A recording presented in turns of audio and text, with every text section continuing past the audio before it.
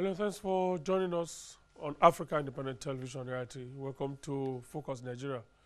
My name is Benga Aruleba. The acting president, Professor Yemi Osinbajo, SAN, continued his troubleshooting efforts on Tuesday, and it was the turn of religious leaders from across the two dominant religions to receive their own lesson on how to live together as Nigerians in harmony and in one accord.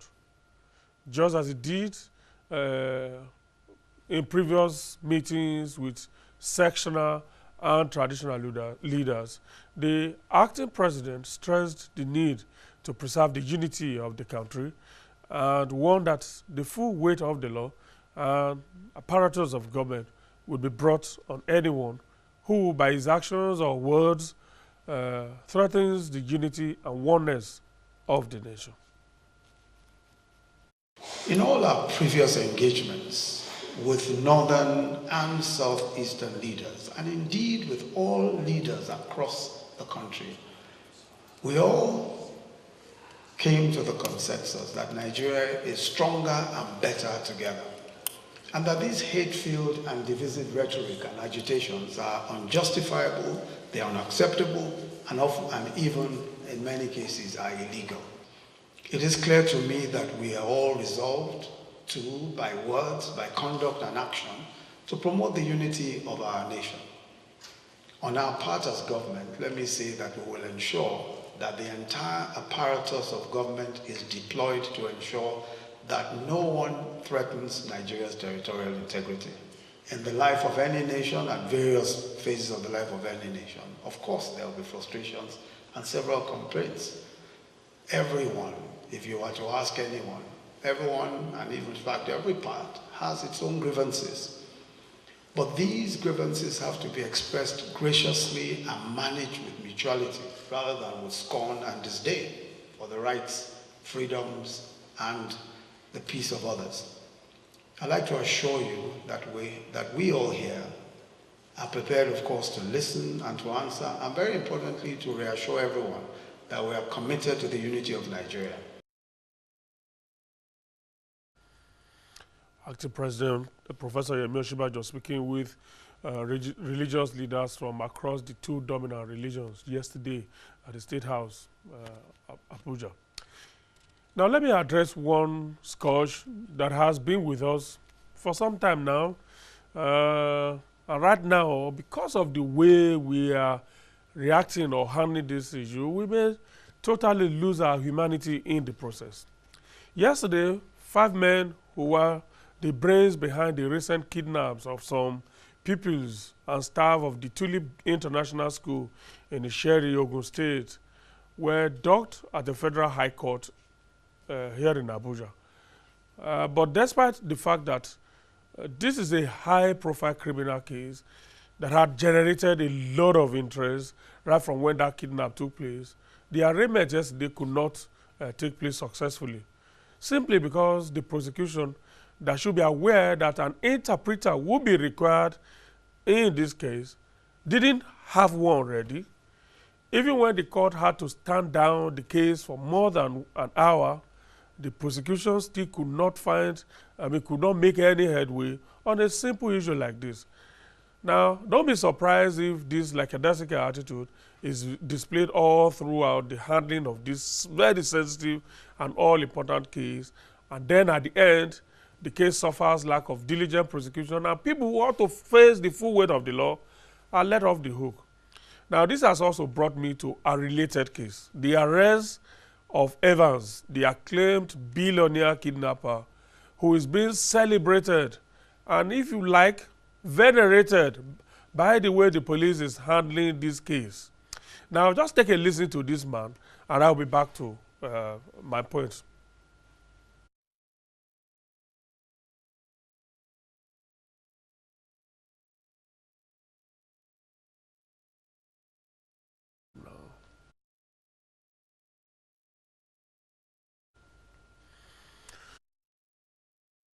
The sound up there.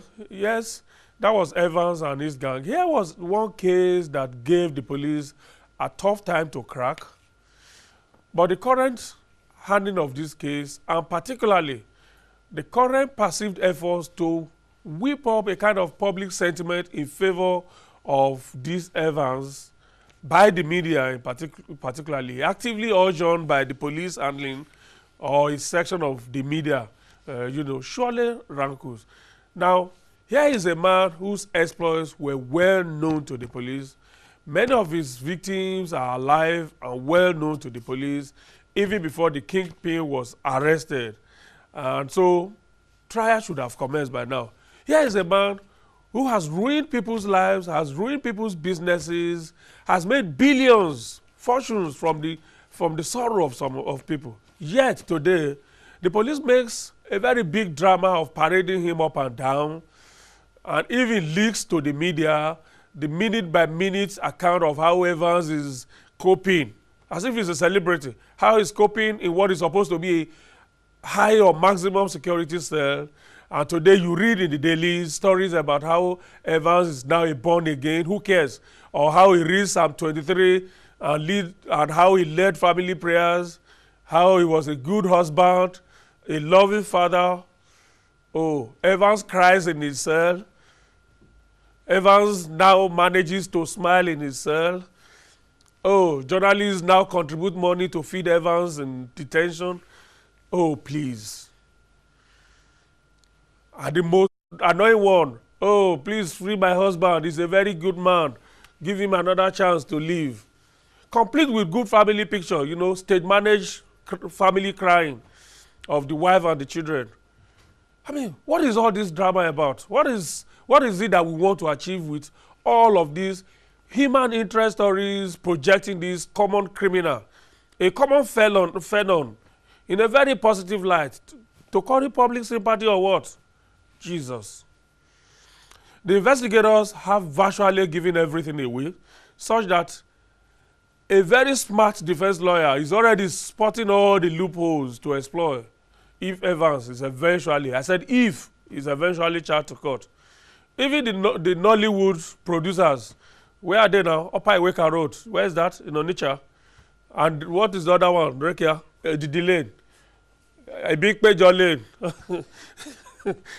In Lagos. All of them should be ready to conclude work on, their blockbuster films now. The titles are always so easy to get. Evans the Billionaire, or Evans the Billionaire Kidnapper, How I Made My Millions Kidnapping, and all of that. Can this investigation just be as discreet as possible, as speedily as possible? I mean, this is certainly not how to handle this case, considering what this man has done to our psyche as a nation. Anyway, let's set the tone for our discussions. Following the signing of the 2017 budget into law last week, the stage is set for the implementation of the budget. The budget is titled Budget of Economic Recovery and Growth. The expectations are now high that this budget is very significant and should lay a concrete foundation for the legacy projects that this government would hold out as its achievements by next year, which will be the eve of a general election, really. On Monday, the Minister of Budget and National Planning, Senator Udo Udoma, gave an insight into how the fiscal law would be implemented. But earlier, while signing the budget into law, the acting president, Professor Yemi Osinbajo, has spoken about some changes expected on budget preparation, which would see to early presentation of the document to the National Assembly, leading to early passage of the document. So we can return to a fiscal year that starts in January and ends in December. The acting president's speech, as well as excerpts from the breakdown of the budget session yesterday, will serve as our prologue to lead us into today's discussions. The process of preparing and processing this bill was much smoother than the 2016 appropriations bill. On the executive side, there were no allegations of errors or mistakes, and there was a significant improvement in the quality of the preparation, as well as the presentation. And I wish to commend the Ministry of Budget and Planning for such a remarkable improvement over a single budget cycle. It is as a result of that understanding and the outcome of our detailed engagements that we feel able to sign the 2017 Appropriations Bill into law today.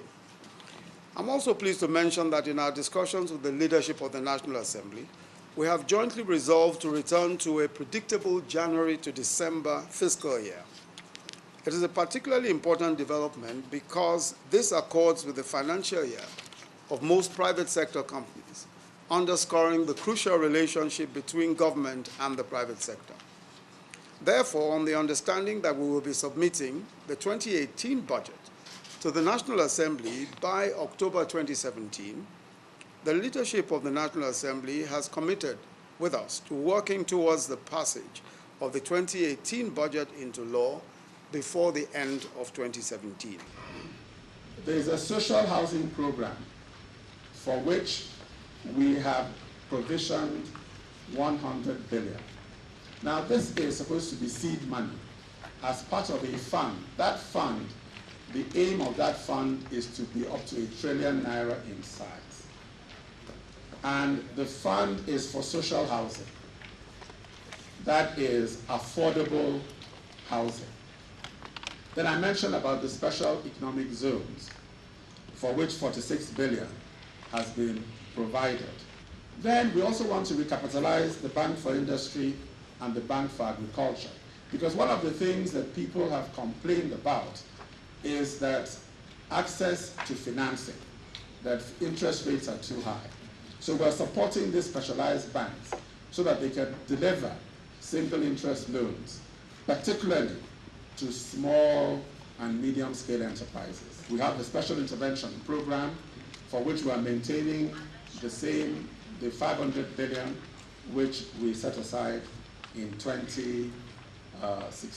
We are taking the whole rail extremely seriously.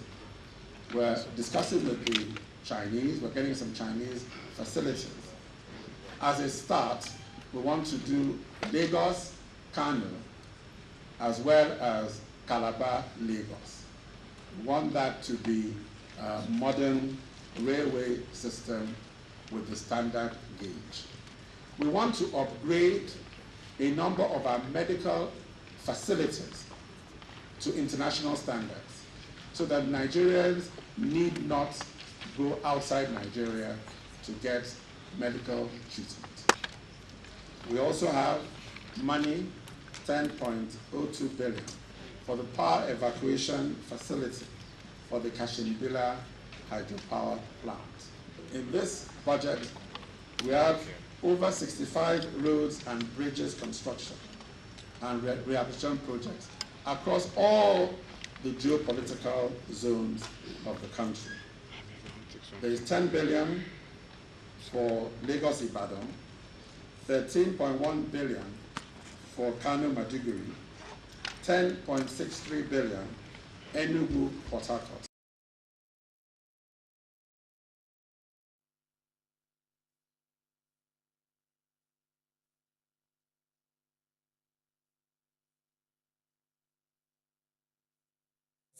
And the will to go on. They see economic law.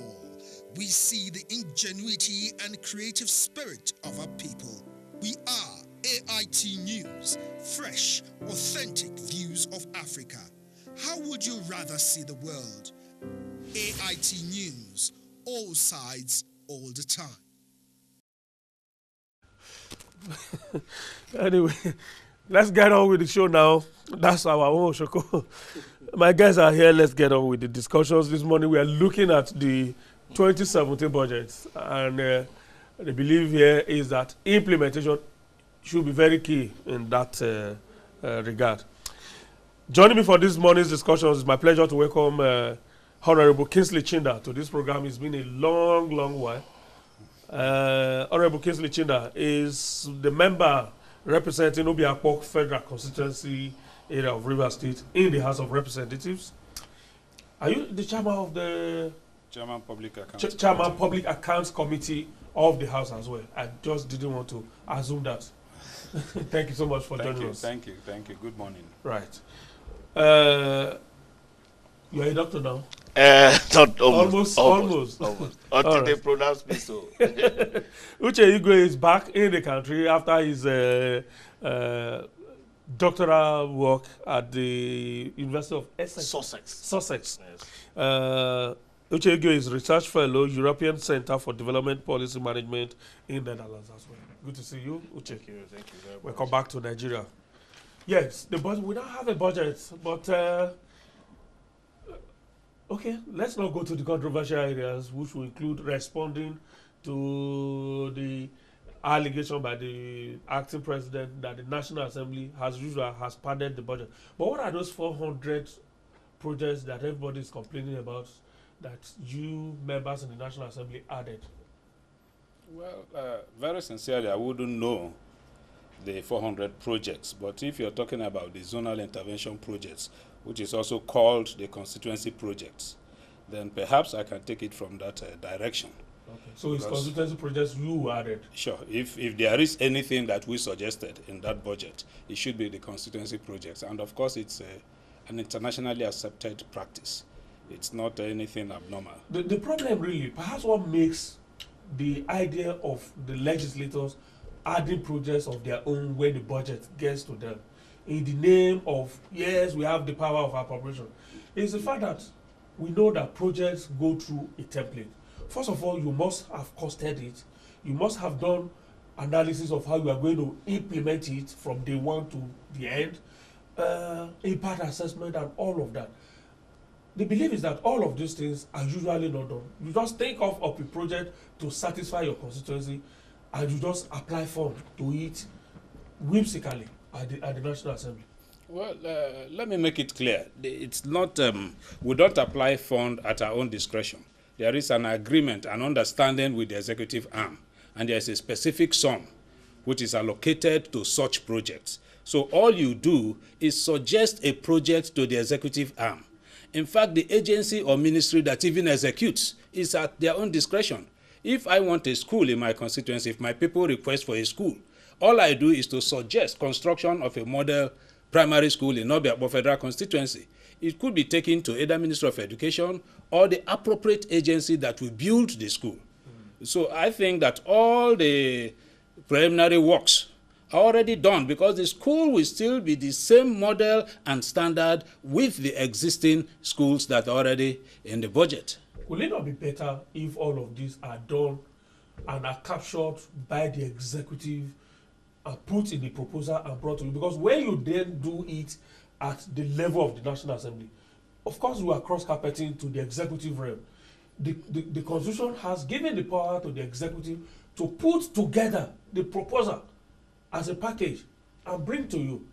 And your legislative powers of appropriation should be within that package that has been brought to you, not outside of it, not to import something from outside of it and bring in. Because by so doing, you will be performing executive powers. Let me also state that it is not exactly that way. Thank God you have said that the executive arm has, in fact, Mr. President, has the powers to present a proposal. And that proposal will go through the rudiments of passing a bill, particularly a money bill. And then in course of passing a bill, there is no way you will not add or remove. And Cost. the Constitution... You can add or remove costs. We are talking of projects. We will go to the issue We are talking of we'll go projects. to the issue of heads. Even, No, you don't understand what I'm saying. That's what I'm The saying. that Constitution provides that the package will be put together. And what that means is that the president, who is the executive, would have consulted the different ministries to prepare their budgets, put the estimates, the projects and the estimates together and give to him. He brings that package to you. that What I'm saying is proposal that to us. shouldn't your own package, your own projects have been done at the level of those ministries and MDAs such that everything is captured and brought to you? And so when you are now exercising your powers of appropriation, you are only dealing with the issue of cost to project. Will this amount finish this project? Will this one be too much for It this is project? also and all not of that? correct. That's what I'm saying. It's also not correct. Now let me ask you a question. If you are a member of the parliament and a budget, a proposal comes to you, and you find out that 90% of that proposal is skewed towards a particular sector of the country.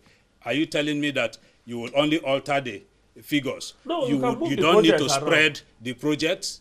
You don't need to move some projects from A to B. Then you are not doing your work.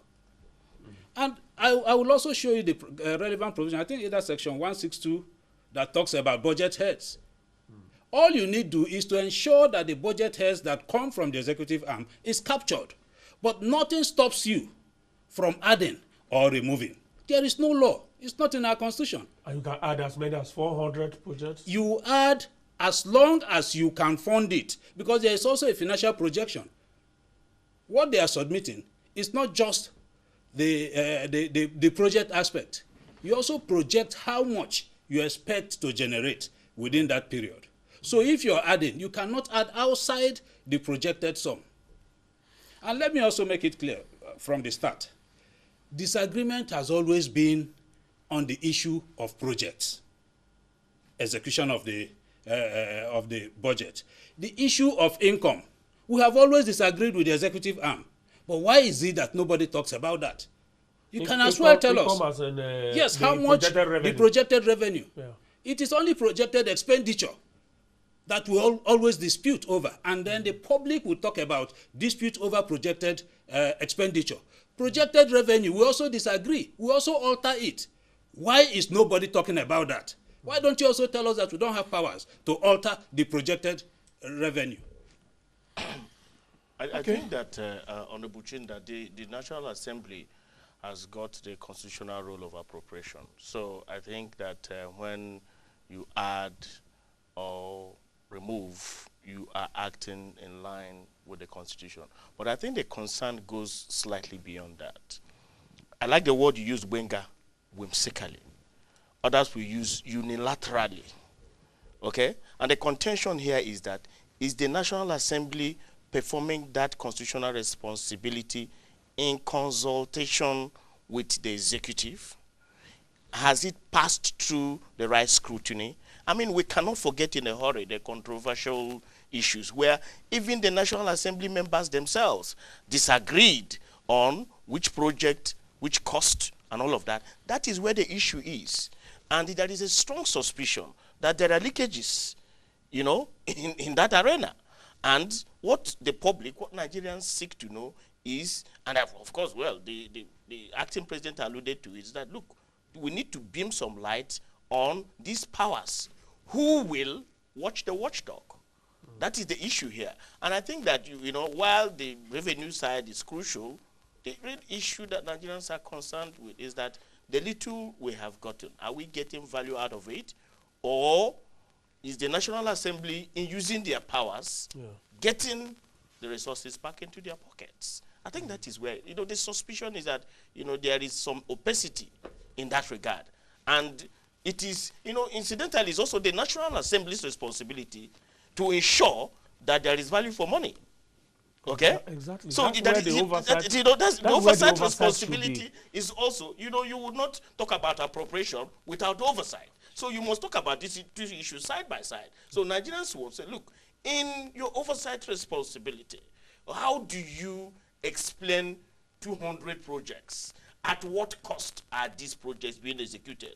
Do you understand? What is the process, okay, that these projects used to appear? Do you understand? So in trying to, okay, carry out that constitutional responsibility, I think it's important to know where even your role, and I like the way you alluded to your role as a representative of the people. You know, of the people, okay, at the voice of the people. Exactly. And as a representative, okay, I can confirm to you that scholars have argued that a representative operates at a higher level of morality than the represented. You understand me? And that is it, by virtue of your election or selection, okay? You operate at a higher level of morality. So how do you explain that there are shadows, there are opacity, you know, there are doubts about these projects, the way they appeared in the budget, and, you know, the cost and value for money for those you represent? Because and when we raise this issue, it is not because any of us have anything personal against the institution of the National Assembly. If anything at all, that is the arm of government that deserves the highest respect of Nigerians. Yeah. Not that we have anything against the National Assembly. It is simply because we're also trying to hold people accountable to the system. I have seen examples of the award of these constituency projects. I have seen clear examples, and you marvel at Some of them, how can people come up with this kind of things as a constituency project? You give constituency project contract supply of 20 units of golf car recipient Kano State cost 400 and something million as a constituency project. Look, it's clear on the surface of that this is nothing but slush fund. Absolutely. Because what do you need 40 units of golf car for in Kano? Who are you giving it to in Kano? Is it the state government? Is it the NURTW? Is it who? And you could go on and on and on. I'm sure you know all of this. If you go to 2016 budget, you see examples of this in 2016 budget. Now, clearly, what happens? Perhaps what we need to do is to explain to our constituents. Ordinarily, what should happen is that you go back to your constituents, hold a town hall meeting with them, and tell them, in Rivers State, what we have is 84 million each member for constituency project. Now, this money is allocated to your constituency.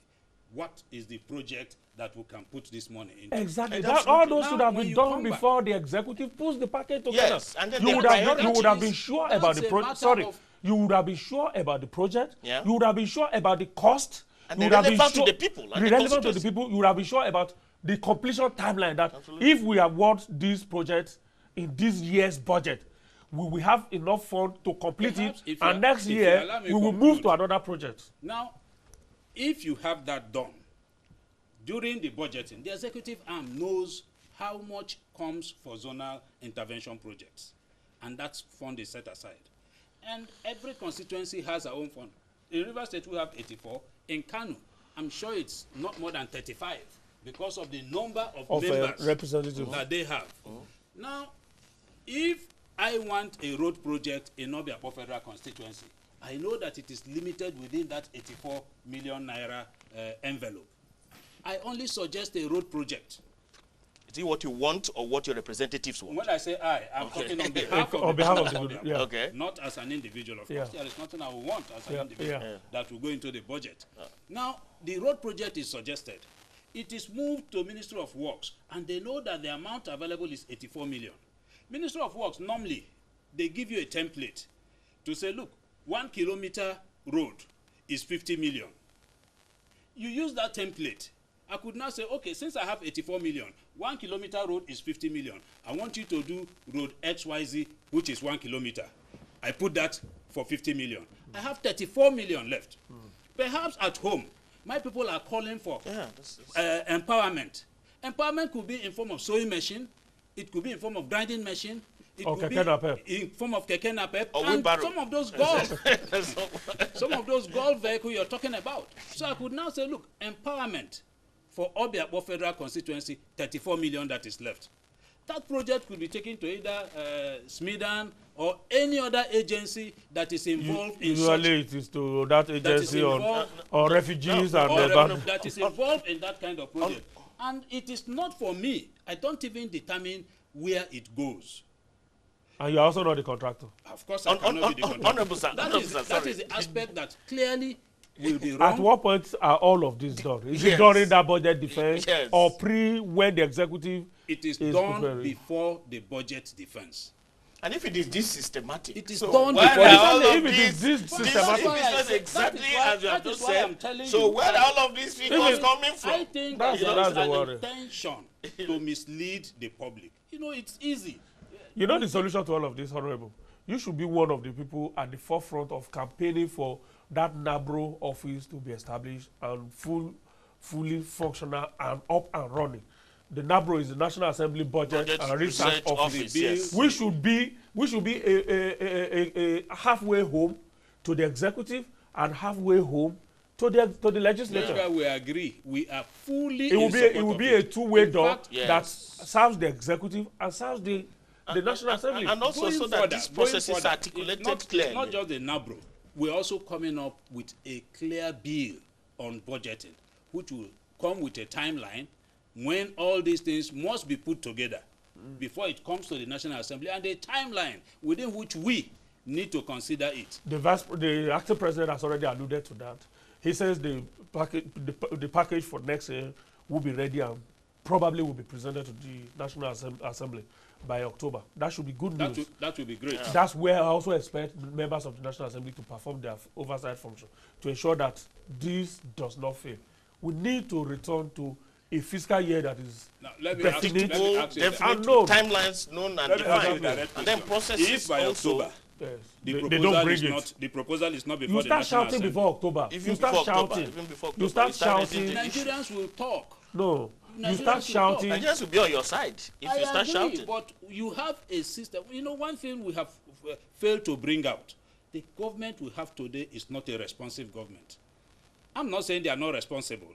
Responsive. Yes, the government is not responsive. Now, you sir, can shout, but they will do things at their own pace. Now, sir, can I also add how responsive are our representatives?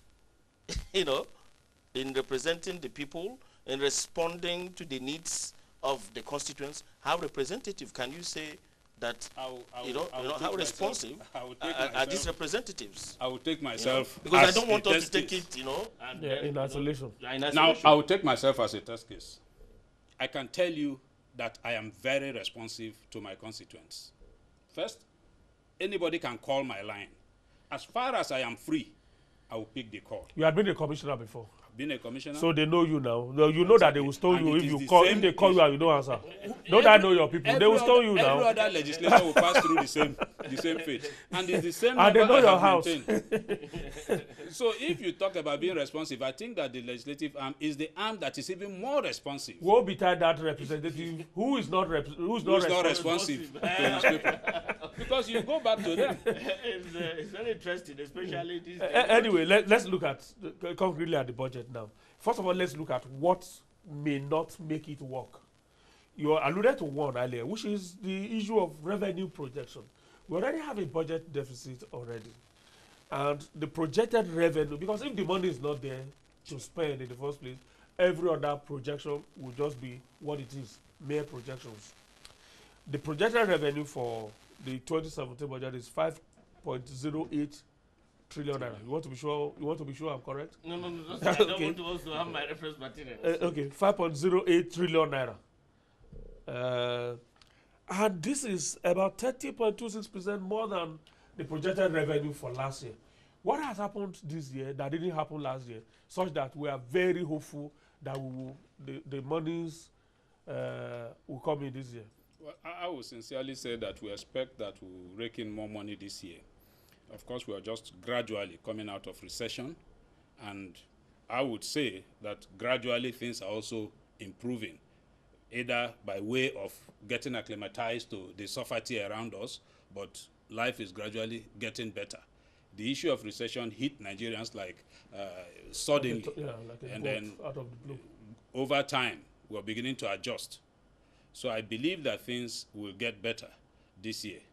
I believe that the revenue will be higher, but I am not sure that we can hit that target.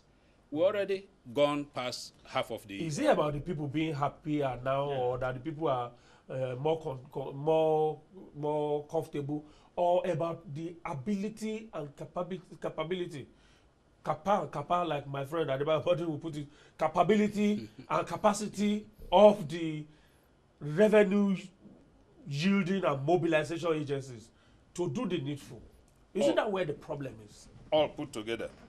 Now, so what has changed between last year and now? What has changed is that... In terms of these two CAPA... Let me talk about the revenue generating agencies. Yes. Of course, they came in almost 6 months into the government. Like the FIRS is barely 6 months old in on the seat, which means for the almost one year, virtually nothing happened. And of course, the revenue profile went down. That was for last year. That was for last year. But by this year, people are beginning to work. Several agencies have been set up. So there ought to be an improvement. If you come to me, perhaps as a committee oversighting FIRS, and you give me the same revenue projection for last year, Of course, I will look into that a second time. Has anything changed about our inability to collect taxes, for instance? Because it's generally assumed that we are not a tax-paying country. If we are a tax-paying country, our fortunes will be where we are. We are probably one country where people don't pay taxes. I don't know whether I I'm trying. want to say that the assumptions of 5%. representative, Okay. that is optimism is okay, but I think that we need to have concrete action to support that optimism. And I agree with you, we are not necessarily a tax-paying country, and I will tell you why. Because we're a rentier country. We're used to, I think it's important for the federal government to consider a tax culture, programs that will promote the tax culture. Because we are emerging from a rentier culture. And I'll tell you, the reason what can sustain a tax culture is an accountability culture. You need a to have a government that is accountable. Yes, you cannot drive a tax culture without an accountability culture, because all the corruption issues and opacity issues, they have thrived because of a rentier culture. You understand me?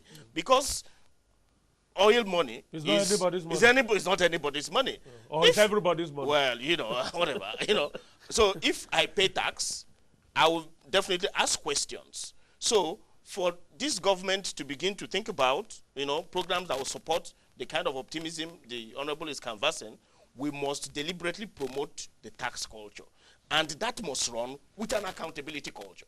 So that optimism is possible, but it must be supported with concrete programs that will give us a lot of education, give us reason to pay tax.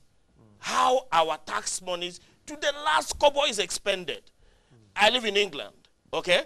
And people pay tax because they see what the tax money is doing. Come on, you understand me? Yeah. And I think that for a country like ours, that oil revenue, oil shocks, we're used to it. If we must survive recession and sustain economic development, we must deliberately, gradually, and systematically move to the tax culture. And it must be supported by an accountability culture. Yeah. Because even the projections here, from my papers, it will still seem as if emphasis is still on what we will get from oil.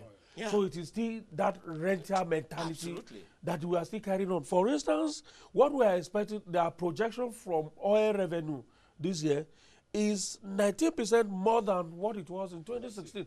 So that means emphasis is still on what we will get from oil, not on other sources that are more sustainable and all of that. Lagos assumed that mega status, that mega city status, started living up to that image during the Fashola years, when the government embarked on an aggressive tax collection exercise. And you could see the attempt to balance the two sides.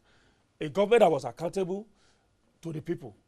You were taxing the people, and the people were seeing what we're doing, so such that every project that was ongoing that time, you see billboards there, your tax money is working for you and all of that. How about making that a kind of national program? Yeah. Thank God, one of the people who was the architect of all of that in Lagos is now working at the federal level. Yeah. But that is again where your oversight comes in, breathe down their neck.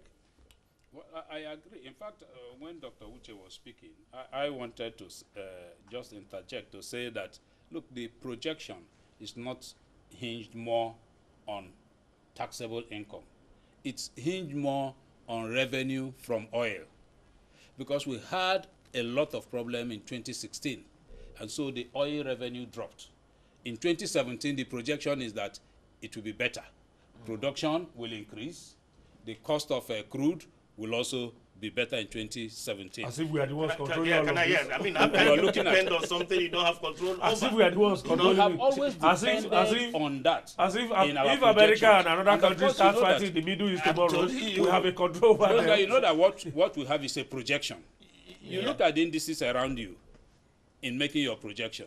Yeah, but sorry to cut you, but I think that from the experience we had last year is enough lesson for us to begin to move away completely from absolutely much more realistic. I agree that we need to, It's we a need sinking to. sound. But we are talking about how did you arrive at this That projection? Yeah. Okay. And that's the explanation I'm Is making. it because I'm taking you up on all of that because you also you were the one that first alluded to the issue of revenue projection. Yeah. And you also tamper with that. And I'm sure whether you didn't see all of this or whether you didn't ask I can the even tell critical you that questions we brought down the revenue projection from what from oil. Yes. You brought it down to Exactly. Now things like the MTEF, Yeah. you know, when we met on the MTEF, they had a projection of exchange rate for dollar, how many barrels we expected to produce per day, and then what is the cost of crude. All that we looked at it, and we felt that that projection will not help us. Yeah. We need to come down on it so that we arrive at a realistic projection that if we don't hit 100% and above, we should be close to 90%. Did you also address, and if you did, how are you going to also ensure that you join the executive in making sure that nothing goes wrong with that? The reason why you are projecting that we will make much money, one key reason is we are projecting that we will be able to meet our daily oil, crude oil export production. Yeah, absolutely. Are you ensuring that you join forces with the executive to ensure that the relative peace we have now Absolutely. is That's maintained? what Because it takes just one. That's what I was small talking issue. about. I said there It's has just been one small ultimatum. issue I mean, for I the read Niger ultimatum Delta here and there about And people that's to why you leave or see not us to leave every and all day of that. deliberate on issues that has to do with security of the country. We arrive at resolutions. Sometimes we set up ad hoc committees that will go into the nook and cranny of this country to ensure that there is peace. As we speak today, even as we speak, we're on recess. Some committees are still working. They are out there. They are talking to the people. We also go back to talk to our constituents, and we encourage the executive and particularly the acting president. The step he's been taking in dialoguing with the people, we are seeing the results, and that's the proper way to go. Yeah, and I think They that's, told- and I think that is responsiveness. So doesn't that, Yeah, that's that's responsive. responsiveness. Yes, that is to an extent. But That's if responsive representation. you score so you cannot say 15%, that the government is not responsive. if you know make what I mean? 15%, I Yeah. don't think that you have made a pass mark. Well, we will come to percentage. You know When what did I mean? when did we start seeing this kind of dialogue with the people? Well, it is positive, but This is 2 years into the let me government. say this, sir. I think that in talking about how positive it is, it's also important to link the peace with development. There is a disconnect. We are not talking about peace for peace sake. Yes, we want Peace to for development. So I think that linkage is important to say, if, for instance, people are issuing ultimatum, live here or don't live here, MASOB and whatever they call it, IPOP, they are doing this. Look, this will not augur well with development. So in trying to talk about peace, I think it is important to have that linkage. I mean, if you talk to a constituent, not to maintain peace for peace sake, but to listen for peace- this peace budget to usher in and our development. budgetary For you to projections and benefit. for development to happen, and for there will be trickle down effect and development. Look, you must maintain peace. So that linkage is really, really critical. This is a little bit. Yes, I also to agree. you now. You are from that zone. You are from the Niger Delta. Have you seen enough overshots in the budget to the 2017 budget to sustain that peace? Yes. Not- In terms of developmental programs. Developmental. Let me be frank, not enough. But some, Not enough. yeah, So what do you think is it missing? can be better. It could be better, Okay. not enough. Okay. If you look at the budget, you know, that's another aspect that most often, I feel that somehow the executive arm is trying to blackmail the legislature when it comes to budgeting. Okay. Now, if you look at the budget of a ministry, give me the budget of any ministry, I will tell you where either the minister or the permanent secretary comes from. You find out that the budget of that ministry is tilted Skewed. towards a particular area. And then if you investigate further, you can now reveal why it is that way. And when it comes before us, those that we're able to identify, We want we to do something. bring them up to say, look, it cannot be like this. I'll take an example. The Minister of Niger Delta. Go through their budget. We have already written a petition as a state. Legislators from Rivers State. Legislators from Bayelsa also wrote a petition against that budget. If you go through their budget, you find that about 4-point-something billion is going to Cross River State. 180 million naira is going to Bayelsa State.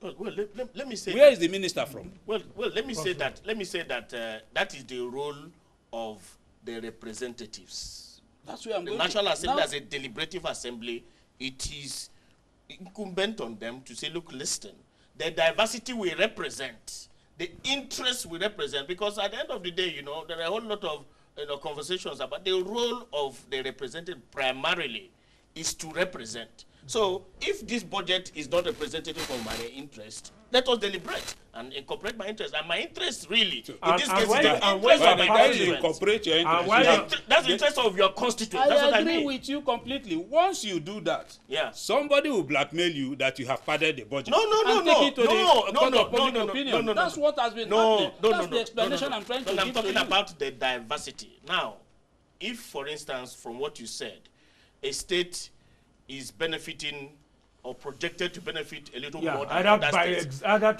through to the the executive. projections by the executive. Yes, that's the when point. you are deliberating on the budget. You what balance stops it. What You stops balance you? it up. What stops you from saying, okay, representatives from that state, we will not give you constituency Absolutely. project because through executive fiat, proposal and fiat, yes, you already have this more much. than enough. So constituents from other And I'm parts, sure they will understand. absolutely, Benga, they will- especially if it nobody is will driven understand. by Why would they understand? motives Now- that are now, verifiable. let me also Because go that would further. then mean that we are not seeing the country from just one prison. Absolutely. We are seeing it from different pinholes. But Yeah. is that not the and, fact? and, sir, and It sir, shouldn't let me, be the and sir, fact. let It me- shouldn't. and sir, It let me say shouldn't. this. I agree. As For far the as you purposes, lay out those for the arguments, purposes of development and for the purposes of a national budget, the entire country is one constituency. Let me even say And that if it there is is- even unconstitutional for you to lopside your budget towards a particular part of the country. well, if the Whether lopside is a the- proposal, it is That is incumbent where on the you National can- Assembly exactly. to balance it up. That's Look, where you listen, do that. I'm, that happy, is your I'm constitutional happy that role. you're taking that position. No, no, those that are is the your things you have been doing. But yes. And you are explaining it to Nigerians. You Yes. are carrying the media along. Nobody will be. And you don't screw it further. You know what I mean? So you could do it because as it is one budget. Yeah, absolutely. Whether the proposals were done by the executive or the tinkering was done by the legislature, it is one budget. Yeah. And it is for one country. Now, this is the opportunity to keep explaining to Nigerians some of the problems that we face.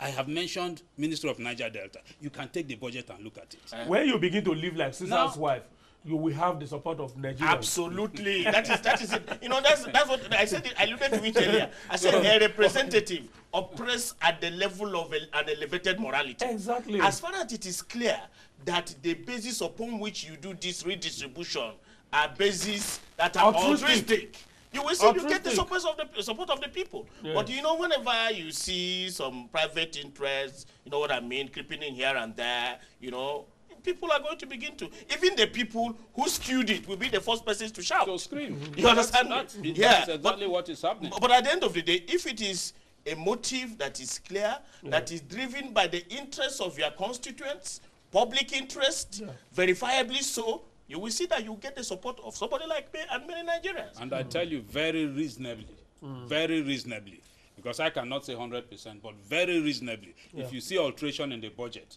it is for that motive. Okay. Because if I sit in the committee for water resources, right, Yeah. and I look at the budget for water resources, Yeah. if I do not have anything, or the percentage coming to River State is so abysmally low that, I mean, as a representative, what do you expect me to do? It I will doesn't, kick. yeah. Okay. Capital expenditure is projected at 2.36 trillion of the 7.4 trillion naira that is the total capital outlay. Already, while giving the budget breakdown on Monday, the Minister of Finance, Mrs. Kemi Adeosun, said a sum of, where did I write that? 300 and something. 300 and something. I don't want to misquote anybody. Sure. I think she said 350 billion. About that. About that has already been released for capital projects. I expect that as elected representatives of the people, who should have a higher Level of morality. you should follow that deployment.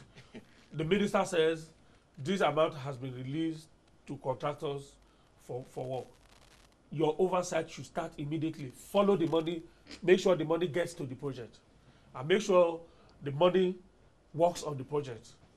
Benga, That's why Nigerians will clap for you. Benga, you're very correct. I think what she has not acknowledged that money has been released, but rather that is the first tranche. they propose to release. Okay. So I don't think that the money has been released. Again, when these monies are released, you also find out that most often they will now come back to say that they are attached to specific projects. And that's where the National Assembly will always disagree with the executive arm. To say, if you have released money to an agency and you have ongoing projects, what is the basis? What is the basis of prioritizing? If you are prioritizing because you feel that this is almost completed. But if you leave that to the discretion of the minister, who will now look at perhaps his friends or those who are close to him and pay them, it will also not help us. It will not help us. Yeah, but that is where the oversight responsibility. That's where the oversight comes in. And because I can assure you. I bet you, Honorable, if the members of the National Assembly are doing this, and if this is what they are doing, and they are armed with relevant facts, and they are convincing, Nigerians will always rally around to support them. I agree. Let me also state that there are handicaps. What are they? Members of National Assembly. We are paying you very well to be able to do your work. Let me. I'm the chairman of Public Accounts Committee of the House. Yes. I'm like the police of the House. Of course, we oversee the accounts of all the MDAs, particularly the queries originating from Auditor General's report. Now, we have a budget for that function. But if we need to oversee 364 MDAs, including overseas missions, how much do you think it will cost us to effectively and efficiently carry out that assignment? One of the things I wanted to do is to get 1 hour airtime on any of the national television that we open it up to the public for people to know. I'm calling for people to know. I said, come here. Thank you for the offer. But I got a cost from you that will cost us close to 74 million. Yes. 1 hour a week for 1 year. Honorable, let me say Where this. will the fund come let me say this. Let me say this very But quickly. if you offer us, million is not too much to pay to AIT. Honorable, let me say this very quickly. We'll give you value for money. Part of the work I've been doing in the last 1 year is to ask this question about oversight and resources for oversight. When you derive one benefit or the other from the agency you are supposed to oversight over. It compromises your ability to clearly shout clearly. It's dead on arrival oversight. So are you sure that over the years, and I'm not talking about you now, there has not been some benefits? And if so, how do you think that you are not your hands are not tied according to Uche is fishing for trouble. Dr. Uche, I will also make bold to tell you. He's the one asking you. I'm not the one. We are talking to Nigerians. I will make bold to say that there has been benefits over the years. Okay. And that is why we are having problem with issues of oversight. And that is why we believe that even the budget of the National Assembly should be increased if we want efficiency. All right. I guess you have to make public that report that was commissioned on a needs assessment of a member of the National Assembly. We need to know how much will it cost us to maintain a honorable member for one legislative year. We also want to know, including his oversight functions and all of that. We also need to know, the code of ethics, because the National Assembly member has got 4 lives: a private individual, a representative, a politician, and a public servant, and a lawmaker, right? Yeah. So at the end of the day, there are obvious ethical issues that come up. And it's important that the National Assembly gets some form of publicly verifiable code of ethics so that we can use that to also hold you accountable. We already have code of ethics. Let's leave it there, Honorable. Let's leave it there, Honorable. Thank you so much. Omission of a whole building. We were born and grew up here. We know it's not true. Forget that you have a whole house. What's that? I don't know what's that. Many of our representatives are not accountable to their constituencies. If they do, as your guests say, there should be progress in Nigeria. That's Dancy, ABA. And Omondafe says the tax we're paying was it utilized. Paying tax to maintain politicians is bizarre. All right. Thank you so much, Honorable. I appreciate you finding time to be here this morning. It's my pleasure. Thank you. Honorable Kingsley Chinda is the member representing Obiakpo Federal Constituency area of Rivers State. on the platform of the PDP, a former commissioner in Rivers State. He is the chairman, House Committee on Public Accounts. Thank you so much. I appreciate your time. Thank you, Gbenga. Honorable Chinda has been joined in the discussions by Uche Igwe. Uche is a research fellow, European Center for Development Policy Management, Netherlands. Thank you so much, Uche. Thank you very much. I appreciate your time too. Thank you too for investing your time with us. Enjoy the rest of the day.